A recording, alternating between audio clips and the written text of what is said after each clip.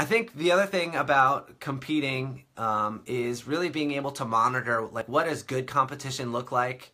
What does non-competition at practice look like during a scrimmage? And what is a little bit too much competitive edge look like?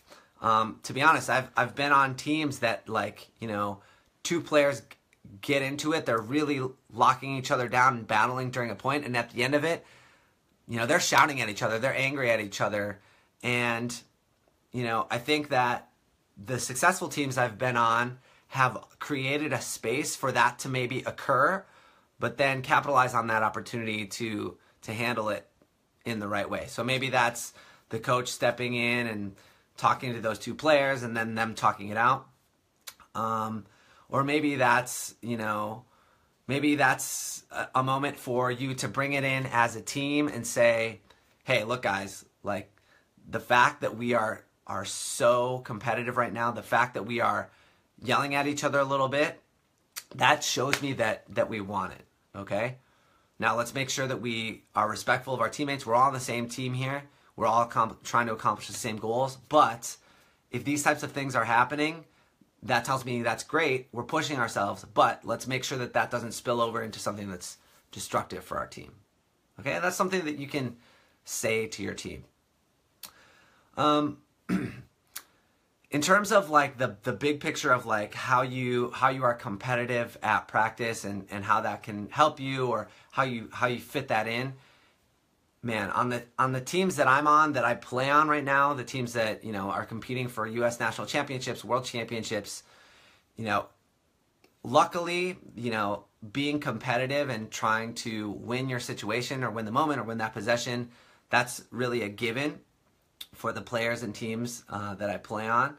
But we still talk about it. We still mention it and say, hey, we need to be pushing ourselves. The only way that we're going to get the type of reps that we need to beat the teams that we want to beat is if everybody is absolutely pushing themselves. So we still acknowledge it, but it can be more of a given.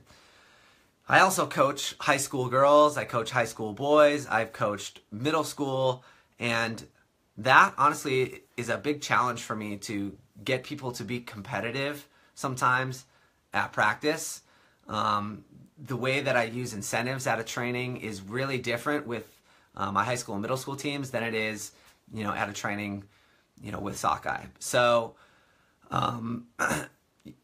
sometimes you have to fabricate that competition, whether it's, you know, creating a point system within a drill that players can earn points, or creating an incentive that has to do with, like, some sort of conditioning, if you know, conditioning for the winning or losing team.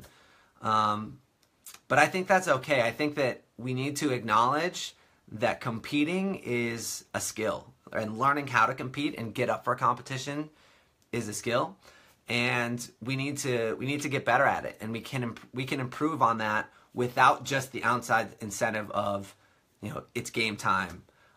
We need to train ourselves to compete at all times at the right level in practice. So I think it's all about being intentional. It's about knowing what you're actually trying to get out of it, or get out of an activity, whether it's learning opportunity or one-on-one opportunity or team competitive environment.